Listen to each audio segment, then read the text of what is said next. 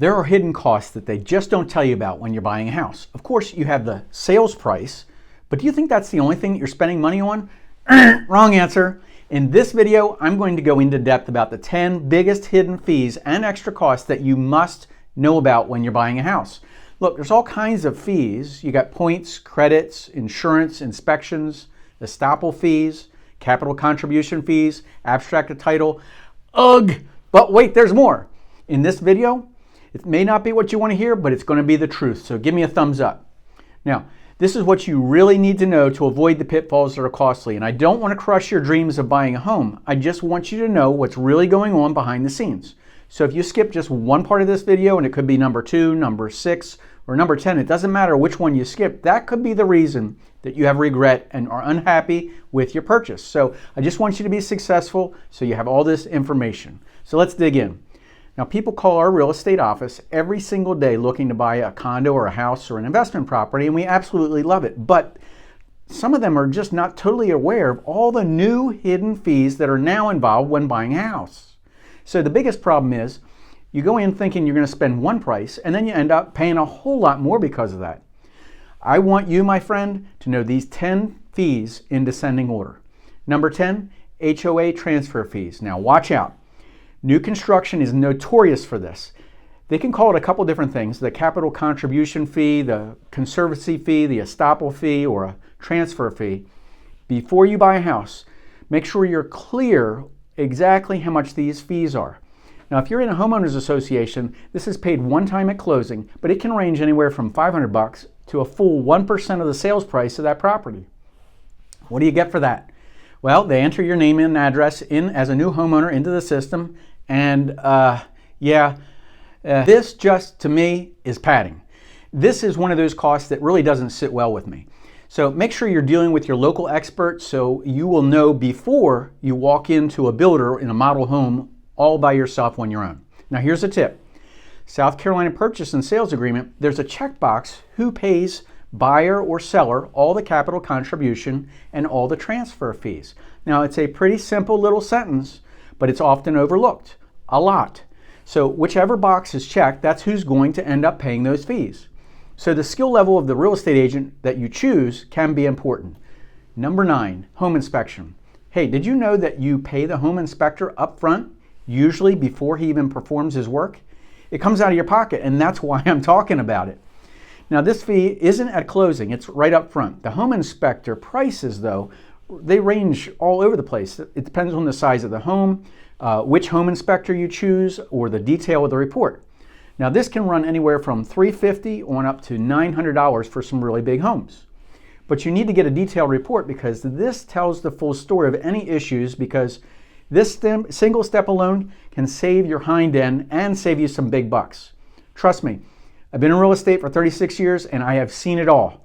Roofing issues, improper wiring, mechanical system issues. This step is super important. Number 8, earnest money deposit. Now, this is not a fee, but it is an upfront cost. It's your skin in the game, they say, that you're willing, ready, and able to buy this house and to go through with the sale. So once you're under contract, both buyer and seller agree to sign. That's when you may hear the bells start and the fees start adding up. Now get your checkbook ready. You're going to have to put down your earnest money, and it's called a good faith deposit in some states. And usually this is around 1% to 3% of the purchase price. And this money will eventually go towards your closing, so you're really paying yourself forward. Number 7, appraisal fees. Now that's due up front, and it's paid once the appraisal is done. And this is before closing. But the home appraisal is actually an estimate of the home's market value by a third party. So if you're financing the house, the bank wants to verify the true value amount that they're loaning money on. And the reason you have to pay this up front is because if the loan does not go through for some reason, the work has still been performed, it needs to be paid for. And this can range anywhere from $600 to $800. Number 6, the city or town property tax. Now, everybody's got their hand out when you're buying a house. This could vary according to which state, which county, and which city you live in. Now, this is prorated by the month, but I'll tell you a little story about here in Myrtle Beach, South Carolina. The property taxes are super cheap as a primary residence. And this recent transaction we had, we sold a home for $442,000, and our client's taxes or only $670 for the entire year. This is why so many people choose to retire here. But I was told by the same buyer that this same house in New Jersey would be $14,000 or more a year in property taxes. So there you go. Number 5, personal property tax. Now, if this property is a rental property like an Airbnb or a vacation rental, and you have furniture in it, you could have an additional tax that will be applied to the furniture or contents that you own, and that produces you income. So just remember, this is very important. The value that they may assign to you here may be higher than you should be paying. I want you to think about it. If you took this furniture out of the house and you sold it at a yard sale, what would the value of that be? That is the true value of what this stuff is worth. So make sure you only pay tax on the true value, not the value that they assigned to you when it was new in a furniture store. I've seen some who pay way over for this kind of stuff. Number 4, loan origination fees. Now, this can range between $600 and $1,500. It really varies. So when you start talking to a lender, ask up front what they charge for the loan origination before you submit an application. Number 3, title insurance. When you buy a property that you have a value of hundreds of thousands of dollars, it's a huge asset. And you want to protect your investment, right? So because someone may have a lien on the property prior to you buying it and possibly legally take it from you. Something like a mechanic's lien from a builder who did not pay all his vendors, or a lawsuit that has a judgment. The owner's title usually starts around $1,000. And if you're taking a loan out, the lender may require that title insurance of around $1,000 is paid at closing. But hopefully you'll never have to use it. But if you do, you'll be glad that you got it. Now, I've seen some issues with title insurance that has saved the day.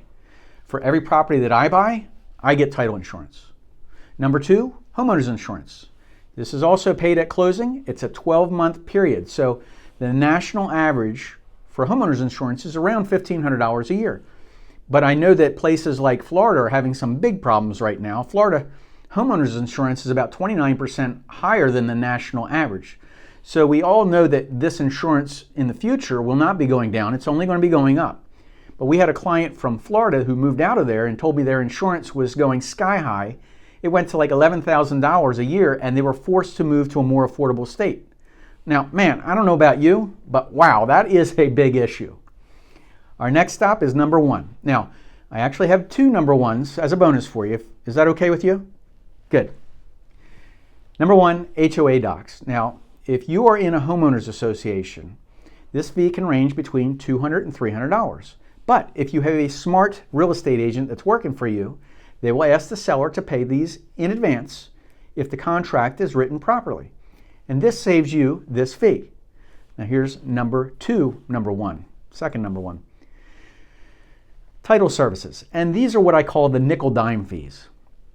Title abstract review fee, proceeds disbursement fee, attorney opinion letter, archival fee, recording fee at the courthouse, courier fee or e-filing fee, title company fee or attorney fee. Now these all add up to about $1,000. And I am not an attorney and I'm not an accountant. But I can tell you this, as a broker in charge of a real estate company, every single day I see settlement statements that come across my desk for closed transactions. Both our side and the other side. The good, the bad, and the ugly. And sometimes my team represents only one side of the transaction, the buyer or the seller. And I see a lot of mistakes on the other side that could have been avoided. So I urge you, if you have a choice, make sure you're working with your best option. Now, if you don't know who's the local real estate expert in your area or who your options are in your area, pick up the phone and give my office a call. I have a network of real estate experts in every single state that I can hook you up with. I hope all of this information is helpful for you. Did you just subscribe yet to this channel? Okay, so if you did, you already know that there's over 1,000 super helpful videos here on this channel, and I truly appreciate you. I'll see you in the next video.